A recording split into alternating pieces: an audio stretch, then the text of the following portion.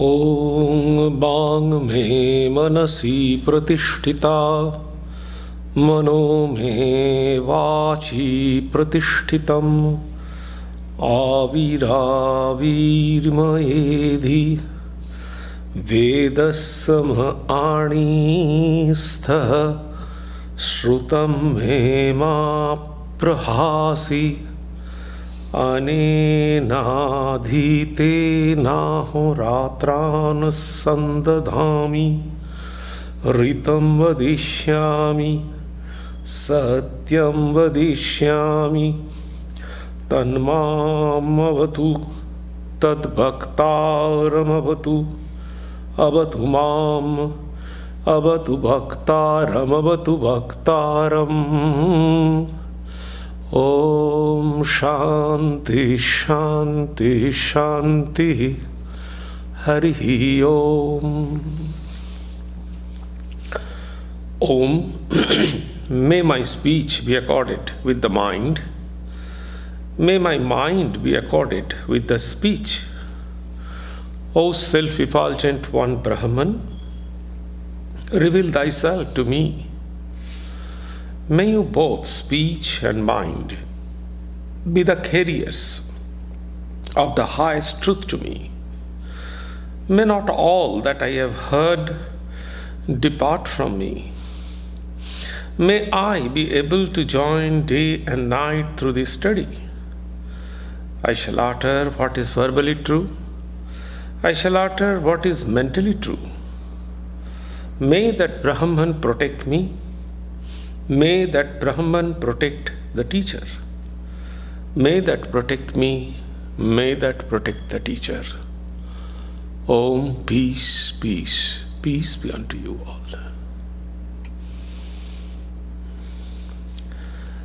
Good morning. This morning I am going to speak on obviously another important subject in our spiritual life, and that is observing middle path. In our spiritual journey, we do not have to go any extreme point. We have to follow the middle path. And to justify my statement, I would cite two examples. One from Buddha's teachings, and another from Bhagavad Gita. So both Bhagavad Gita and Buddha taught us that in our spiritual life we should follow the middle path, Madhya Pantha. That is the ideal, not only our spiritual life, in our day-to-day life also. We should not go to the extreme. The middle path is the best way of leading our day-to-day life as well as spiritual life. Let me describe and give examples from the life of Buddha, from the teachings of Buddha, and from the teachings of Bhagavad Gita. So we know there are two ways in life. Katha Upanishad starts with this. When Nachiketa, the young boy, not young, I would say the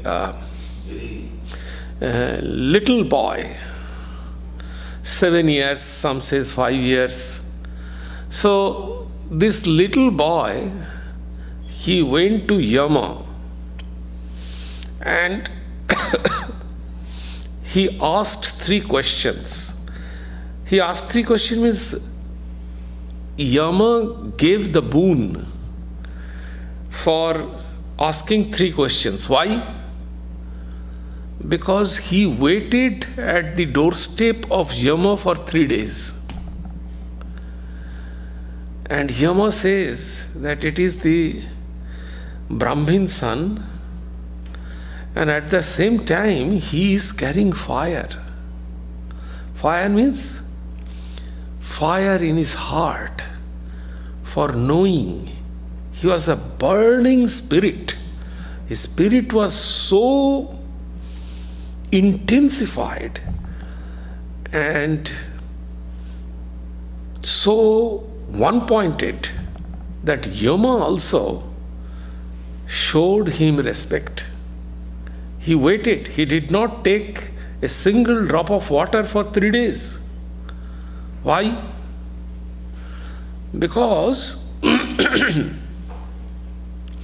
he went to Yama's house and Yama was not there.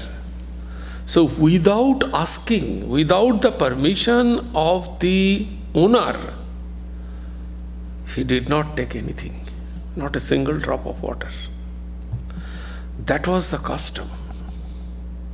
That Nachiketa went to his home and the owner is not there. So he did not take a single drop of water without the permission of the owner. So that was the tremendous intensity, and the fire was Nachiketa's heart. And why this kind of tremendous boy? It was because in the beginning of the verse, in the beginning of the text, it was said that Shraddha entered into Nachiketa. So in the beginning of our life, this Shraddha. So Shraddha changes us. I deliver talk some Sundays on Shraddha. So what is Shraddha? So Shraddha is one-pointedness. Shraddha, they translate it faith. The English translation is faith. It is not a happy translation. So this faith doesn't mean blind belief. So this is faith means one-pointedness. One-pointedness. And tapas, tapas means austerity. So tapas also is not austerity. Definitely external few austerities are good, but tapas, Shankaracharya translated it manas chaiva indriyanam ekagrata. So ekagram manaha cha indriyanam. So all the indriya senses and mind. Oikagranam, one-pointedness. So one-pointing our mind and senses. Why senses? Because senses are the tools. They drag us in different directions. Eyes, I see something beautiful and it drags me there. Ears, I hear beautiful music and my mind is dragged there. So senses are the tools that drag us in different directions. So that's why he said mind and senses, oikagram, one-pointedness, that is called tapas. And almost similar sense we use the Shraddha. It is determination. Shraddha means adamantine determination. That's very important in our day-to-day life. So, however, when he entered and became face to face, then Yama, he asked 3 questions. I am not going to that. And then Yama said, see, there are 2 paths before every human being. One is called pravritti and other is called nivritti. Those are Sanskrit words. The pravritti means the ordinary movement that we generally follow. The path of pleasure. Pravritti means the path of pleasure. So, the hedonistic kind of attitude. The hedonistic philosophy says that our goal is to enjoy eating, drinking, and merrymaking. That is the goal of our life. This is the path of pleasure. They called it is the path of pravritti. But it is proved that this life, this path is, Yama very clearly explained, that this path taking you to the darkness. What is at the end? Those who are following this path, ultimately what happened? Degradation of their health, and this desire never be satisfied. Never satisfied, this kind of. So ultimately it will not be satisfied. At the same time, it will take us to the darkness. The other path is the nivritti, the path of good, and it will take us to the enlightenment. That is the path Yama described. It will not take us to the enlightenment. It will take us to the abhuddhaya. Abhuddhaya means the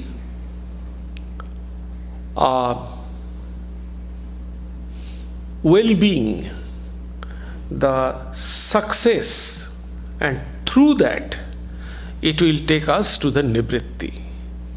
First, it gives us success, and then it will take us to the path of good, at the good. So this is the two paths. Please select in the beginning of your life or beginning of the teachings which path you want to follow. The path of pleasure or the path of good. That is the point. Both paths is not possible. However, these are the two paths before everybody, and we have to follow this. Unconsciously we follow this. But Bhagavad Gita and Buddha's teachings are specifically teach us that not the extreme, the middle path, neither 100% pravritti nor 100% nivritti, not the total path of good and not the total path of pleasure. We have to follow middle path, madhya pantha. That is the way of spiritual enlightenment. This is the teachings. Let us see from the life of Buddha and from the teachings of Buddha that how did he teach us the path, the middle path, madhya pantha. We know that Buddha did not talk about the mechanism of enlightenment. Buddha got the enlightenment. But what are the steps and what is the nature of enlightenment? Buddha did not speak about that. So, from here we can conclude that Buddha emphasized the ethical path. He opened the path for everyone, but it is mainly the psychological and ethical path. Buddha gave emphasis on morality and ethics. So, Buddha's path was basically ethical and psychological. And then what happened? We know that Buddha saw three sides. We know that the old age, the suffering of old age, the death, and the disease. So three things he saw. And then he came up with his doctrine. So let me go a little bit back. So when Buddha left his home and hearth, Buddha came for to solution of these three sides. How to solve these three things? The first question is, did he solve? No. Why? Because still we find the old age, still we find the diseased, still we find death. So what Buddha's achievement was? What was Buddha's achievement? He enlightened. So there is no direct answer Buddha gave. Buddha teaches us, yes. So first, what happened? He went to do practice of spirituality. First, he came to a guru whose name was Alar Kalam, and he learnt yoga from Alar Kalam. But he was not satisfied. Then he came out from Alar Kalam and searched the way of enlightenment.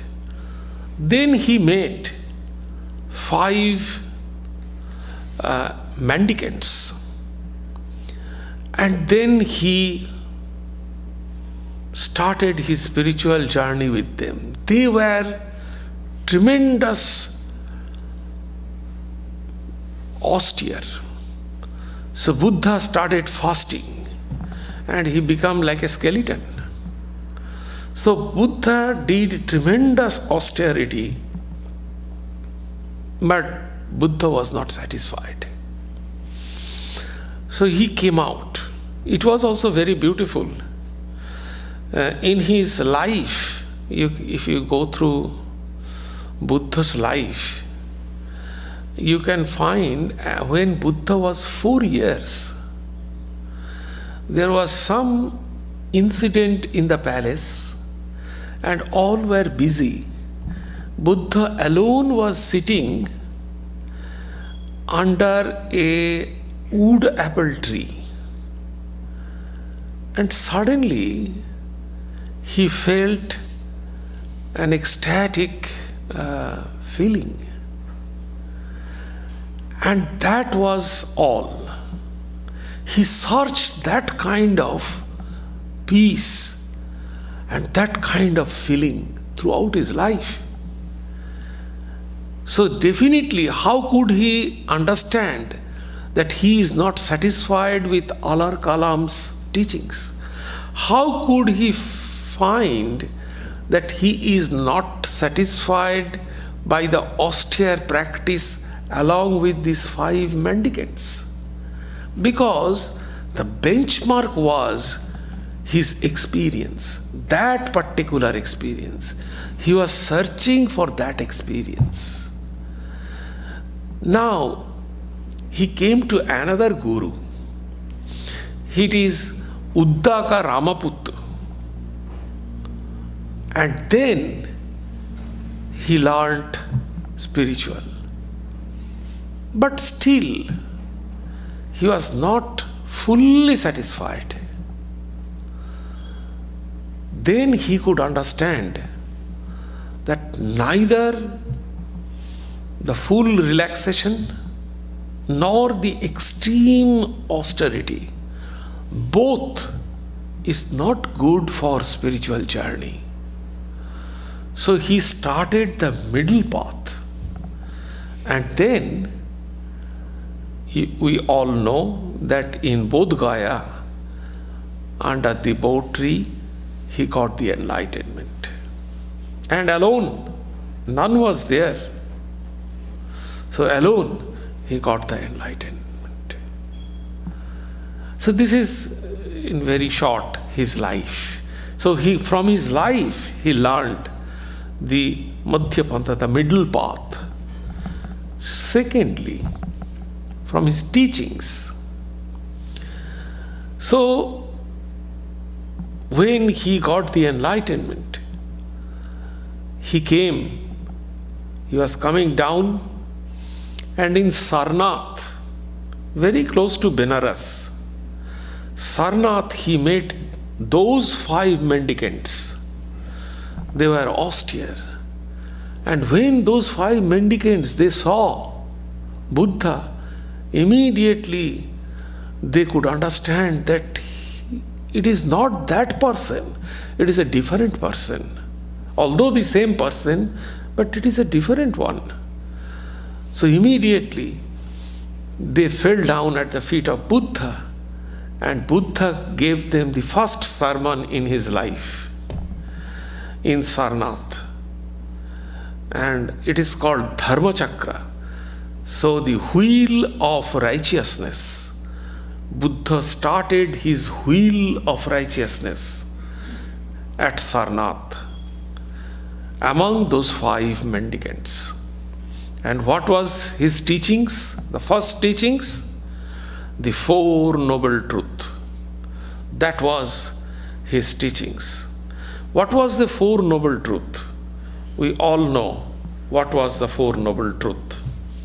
And that was, there is suffering. The life is full of suffering. Number 1. The second, there is a way out of suffering. And here he brought a beautiful theory that is the actually pillar of Buddhist philosophy. And it is called in Pali Pratitya Samutpada, means dependent origination. It is called dependent origination. I saw some of the books, they wrote it codependent origination. But anyway, what is codependent or dependent origination? All the same. So, what is this Pratitya Samutpada? This Pratitya Samutpada, dependent origination, is nothing but this phenomenal world, this empirical world is nothing but impermanent. It has a cause. So everything is going on in a cause-effect wheel. It is a wheel of cause and effect. Everything there is a cause, and as there is a cause, there must be some effect. So everything is going on as cause and effect. So if this theory is called Pratitya Samutpada, dependent origination. Now, if the life is suffering, the first truth says this life is human, birth is suffering, then there is a cause of suffering. The next, second, fourth noble truth, the second one is there is a cause of suffering. Here comes the Pratitya Samutpada. The third one, there is a cessation of suffering. So that can be stopped. There is a cessation. So suffering can be stopped. Then what is that? How can we stop this suffering? We can stop the suffering as it is cause and effect. So if we remove the cause, automatically the effect will go. So we can cease our suffering by eliminating the cause. That is the cessation of suffering. And what is the way? 8 steps, 8 noble steps. That is the cessation of suffering. This is the whole Buddhist teachings. So, it says that all things are dependent, subject to birth and death, and therefore impermanent. Vedanta also gave a very beautiful example of impermanency. What is impermanent? Which has a beginning, that has an end, and which is a beginning and end, that is impermanent. Just think, our body has a beginning, that has an end. The day has a beginning, that has an end. And which is has beginning and end, that is impermanent. That is Vedantic description. And here the same thing Buddha says, which has a birth, it must have some death. And which has a birth and death, that is impermanent. So these phenomena hang between reality and non-reality. Impermanent means non-reality. So both extreme are bad. We have to follow the middle path. It is alongside, in a kind of analogous of Vedantic Maya. So phenomenal world, according to Buddha, is very close to Vedantic Maya. It is real, at the same time it is unreal. Take example, how can it be one thing is real and unreal? Take the example, you can find it. The rainbow, the mirage, it is real. When you are seeing it is real, at the same time it is unreal. So what it is then? Anirvachaniya. It cannot be explained. Neither yes nor not. It is neither permanent nor impermanent. It is there. So exactly like that, Buddhist phenomenal world is like that. Buddha called this doctrine is the Madhya Pratipada, the middle path, which avoids both extreme. So the whole empirical world and nihilism. So both are avoided by Buddha. And he gave this Chattari Arja Satyani, 4 noble truths, to his first 5 disciples in Sarnath.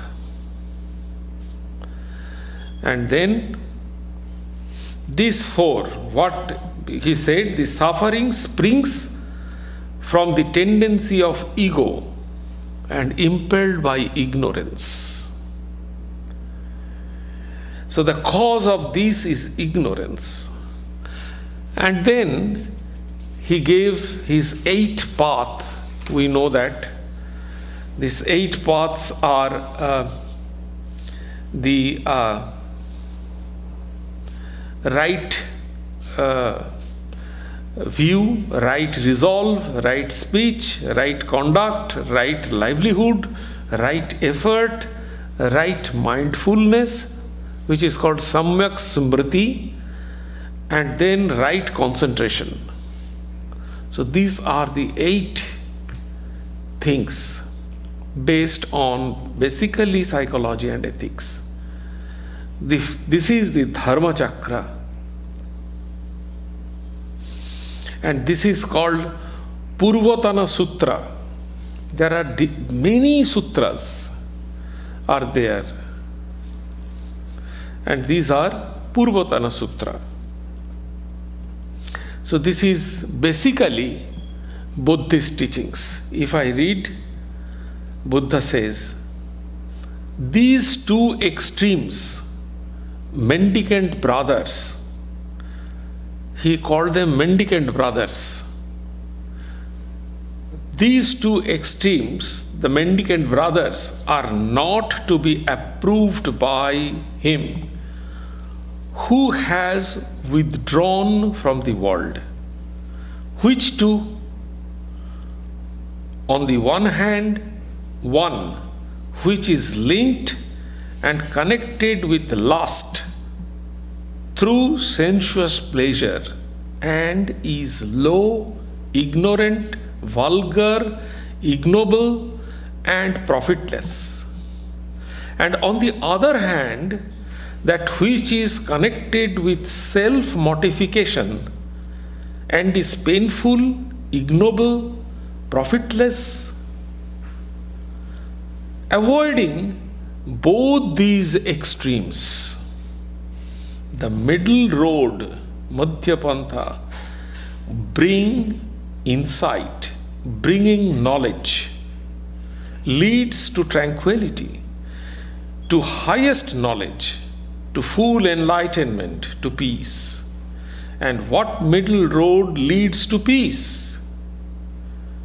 It is indeed this noble eightfold path, namely right outlook, right will, right speech, right action, right livelihood, right effort, right mindfulness, and right absorption or concentration. This middle road leads to peace. Buddha's ethical middle path is a kind of Aristotle's golden mean, in which both self-indulgence and self-mortification are equally ruled out. So before Buddha, Aristotle also mentioned this middle path. Spiritual perfection can be achieved by following the path that lies between these 2 extremes.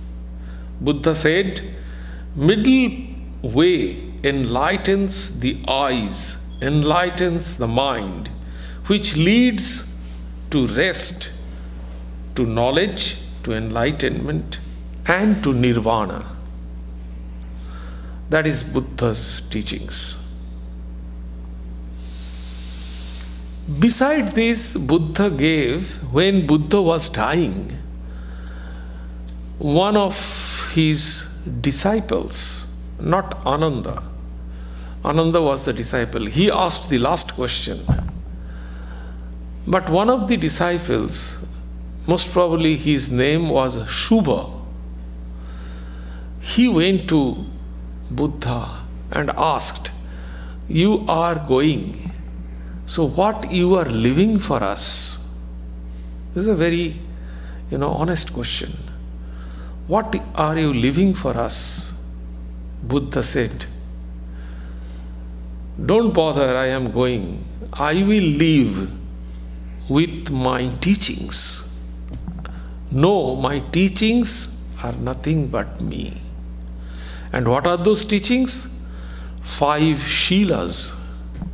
In Pali it is called Shilas. Shilas means the rules, do's and don'ts. 5 Shilas.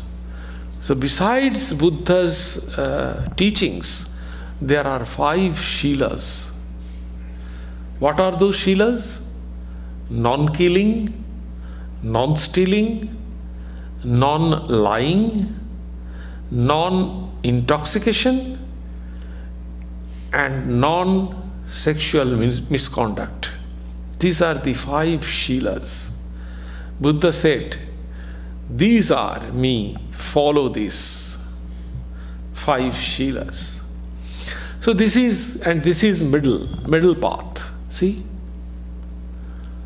So this is for Buddha. But Bhagavad Gita also says the middle path. And middle path for whom? The monks, they practice full renunciation and austerities. Those who are completely worldly, they practice this hedonistic path, eating, drinking and merrymaking. And then the middle path for the ordinary householders, they follow this middle path. But Buddha said everyone can follow middle path. Even the monk also can follow this middle path.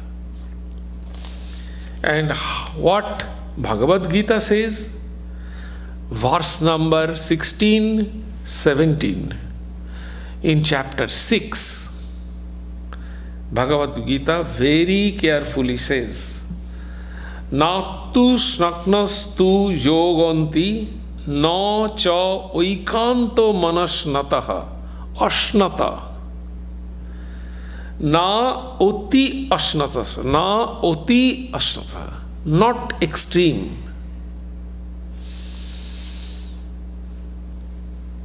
Na chati shapnasilasya, na cha oti, cha means and, oti means extreme. Na oti shapnasilasya, shapna means dream, means sleeping. Na oti shapnasilasya jagrata naiva, not even waking state. Neither sleeping, always sleepy, no. And not always stay in waking state. Jukta haro viharasya,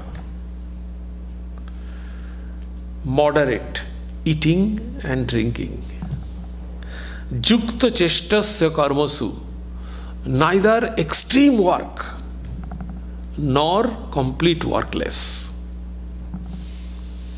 Jukta sapna prabodasya yogi bhavati dukkha. Yogi should practice no deep extreme sleeping, neither extreme eating, neither fasting. The middle path. O Arjuna, Sri Krishna says, O Arjuna, yoga is not for one who eats too much or for one who does not eat at all.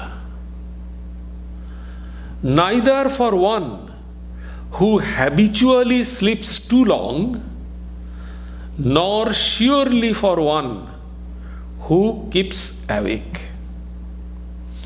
Yoga becomes a destroyer of sorrow for one whose eating and movements are regulated, whose effort in works is moderate, and whose sleep and wakefulness are temperate. So all, see, eating, working and sleeping, these are the only things in day-to-day human life. We have to work, we have to eat, we have to sleep. So these are the 3 main things. And very clearly Arjuna is saying, not extreme. Do not do extreme. And those who follow the middle path, they are the yogis and they can remove their suffering. Yogi bhavati dukkha. Dukkha means suffering. They can avoid the suffering. The middle path lies between pravritti and nivritti. I already mentioned the path of good and the path of pleasure.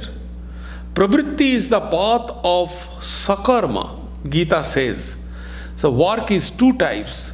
One is with desire, and one is sakama karma, another is nishkama karma, without desire, without the attachment of the fruit.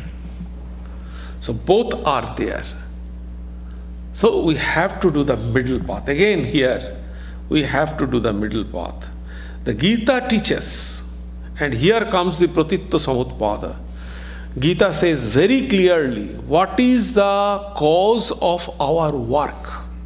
What is the cause of our desire? Desire is the cause of our work.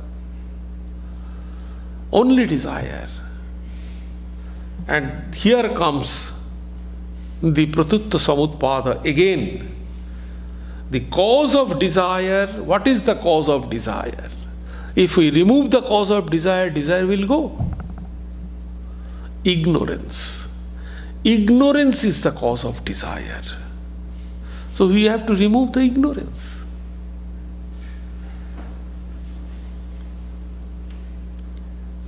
So the Gita teaches that to overcome the wheel of samsara, one should perform nishkama karma, work without desire. So what Buddha said, now let us slowly go to the conclusion. So nivritti is the other extreme which follows completely without working. The traditional monks, they did not work. They said work is just opposed to knowledge. Knowledge and work cannot go together, according to Vedanta. So they do not work. So what Gita proposed? Gita says Naishkarma. Naishkarma. Not Nishkama. Nishkama karma is Naishkarma. The new term, in the middle term. So Naishkarma doesn't mean without work. Because Sri Krishna very clearly says in Bhagavad Gita, no man can live without work. Even I myself work, Sri Krishna says. I myself, I am the God. I could have stopped my work, but I work, even I work. No one can go without work. So very clearly he says. So this is Naishkama karma, means not stopping any karma, not stopping any work, but unattached work. That is the prescription is given by Bhagavad Gita. Therefore Gita teaches the path of Nishkarma karma, by following which a person can achieve spiritual perfection. It recognizes the psychological fact that not all persons are disposed to follow the path of renunciation of action, and the most of those who follow without having proper condition become hypocrite. The Gita thus proposed the karma yoga nishkarma. No one ever remains for a moment without doing work, for all are made to work under compulsion by the gunas, three gunas, sattva, tama, rajas. As we have the three gunas, we have to work.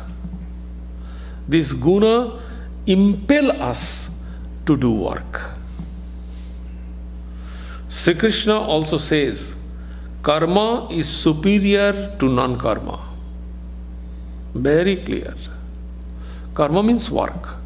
Work is superior to non-work. Verse number 8, chapter 3. Hence, to get out of the wheel of the samsara, Krishna suggests, without being attached, O son of Kunti, you perform karma for him, God, for God only. This is the path of Nishkama karma.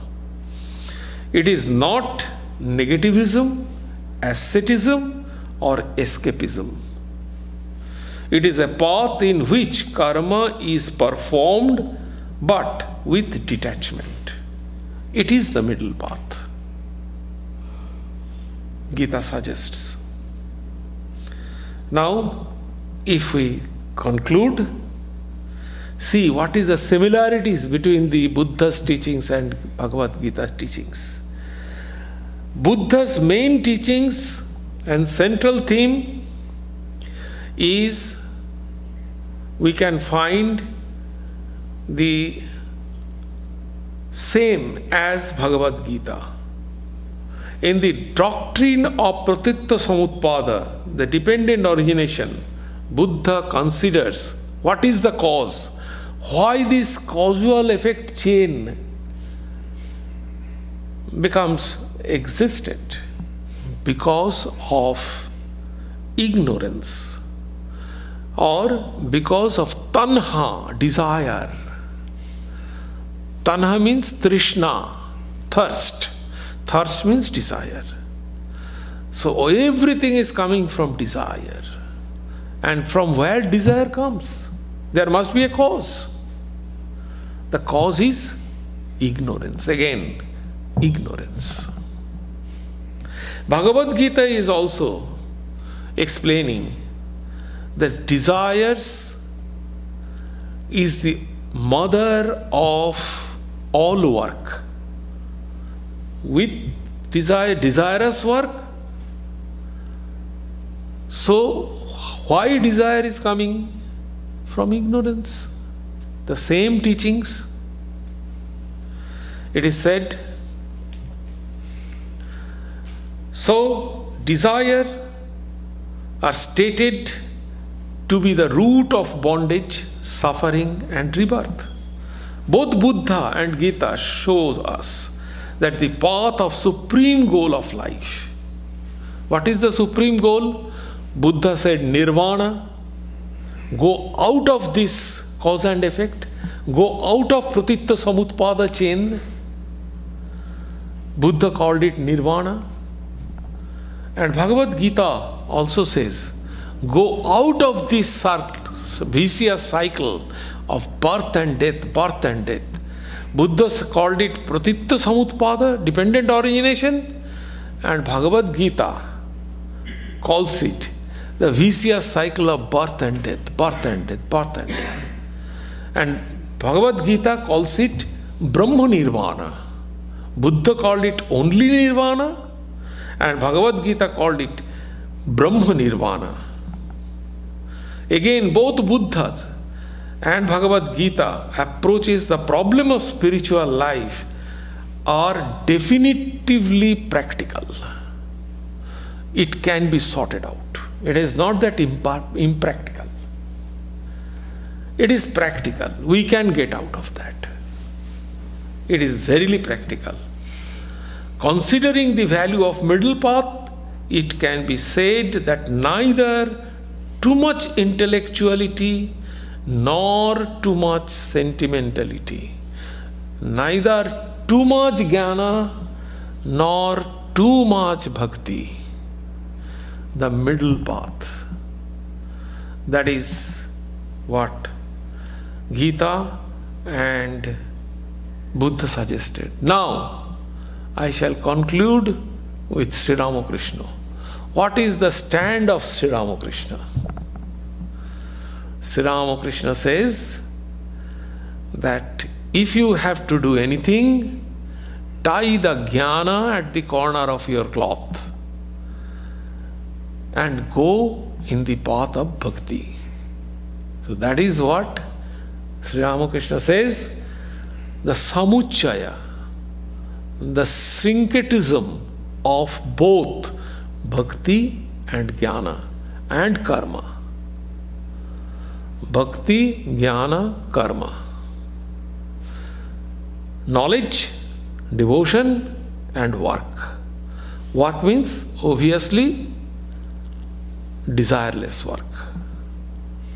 Seva, desireless work, is called service. With service attitude. These three. What Swami Vivekananda said? Swami Vivekananda said there are 4 yogas. For spiritual, to become spiritual, to attain spiritual goal, you have to follow any of the 4 paths. It is Vivekananda. Any of the 4 paths individually or by the combination of 4, you can attain the goal. So here is also we can find, if we say by one single path, that means extreme. But he says by combination of all the 4 paths, that is the middle path. We asked one of our senior Swamis, that Swamiji said either one of the yogas or the combination of 4 yogas. What is actually practicable? What can we follow? Then that senior Swami said, you see, following one path, Swami Vivekananda could do that. But for us, combination of all 4. So this is Madhyapantha. So for our spiritual goal, no extreme, middle path. That will take us to the desired spiritual goal. Any question? Yes. Yes. So, I was wondering, so this concept... You came a little late. Okay, go on. So this concept of a middle path, so like avoiding extreme self-denial and self-indulgence, was this developed in response in part to things like Jainism or like the Mahaviras ideas or the Charvakas? No, Charvaka, yeah. It is, you can say that. Mahavira, yes, you can consider Jainism is little bit extreme. Austerity is little bit extreme austerity. And definitely Charvaka, hedonism, yeah. These are 2 extremes, you can say, consider it. So at the time when Buddha was when he developed this philosophy and when Vedanta ideas were developed, were all these ideas in dialogue with each other? Or were they? I consider, yes, I consider that is the real interfaith. But unfortunately, I don't know the interfaith, the name of interfaith, what is they do. I don't have in detail idea, because I attended only few interfaith dialogues. But yes, what we have learnt as interfaith, this dialogue, this kind of dialogue. And yes, we should do this kind of dialogue. And it is called hagiology. So we have to start dialogue on hagiology. That is the extreme point, where scriptural similarities, that is the important part of that. But I don't know what kind of interfaith, what is the bottom line of this interfaith dialogue everywhere is going on. I don't have that kind of idea. But I think, yes, in hagiology, in the scriptural side, this kind of dialogue we should start. But for this, a thorough, in-depth learning is required. But unfortunately,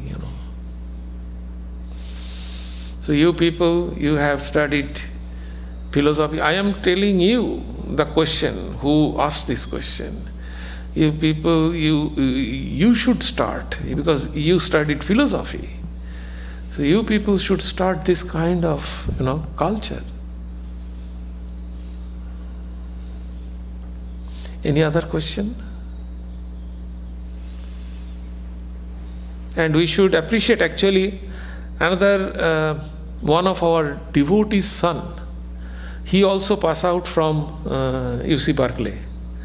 So he asked me on that day. I was teaching Vedanta, and while I told them that everything is the creation of mind. Here also I spoke about that. Everything is the creation of mind. Everything.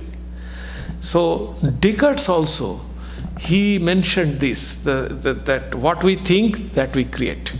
So then he asked a very beautiful question. Then what is the difference between Descartes' philosophy and the Vedantic philosophy? Beautiful. So I am very happy for that kind of question. So this kind of we have to study. Yes. Any other question?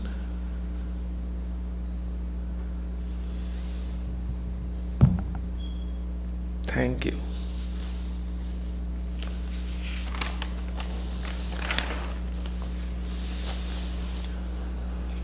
Om Sarve Bhavantu Sukhinah, Sarve Santu Niramaya, Sarve Bhadrani Pashyantu, Ma Kaschit Dukkham Apnuat, Sarvastarotu Durgani, Sarvo Bhadrani Pashyatu, Sarva Sadbuddhimapnotu, Sarva Sarvatra Nandatu, Durjana Sajjano Bhuyat, Sajjana Shanti Mapnuat, Shantam Ucheti Bandebhyo, Muktaschanyan Vimochayet. May all be happy. May all enjoy good health. May all see happy events. May all be freed from miseries. May all be freed from dangers. May all realize what is good. May all be actuated by noble thoughts. May all rejoice everywhere. May the wicked become virtuous. May the virtuous attain tranquility. May the tranquil be free from bondages. May the freed make others free. May the Supreme Spirit, the presiding deity of all sacred activities, be satisfied. For he being pleased, the whole universe feels satisfied. Om, peace, peace. Peace be unto you all.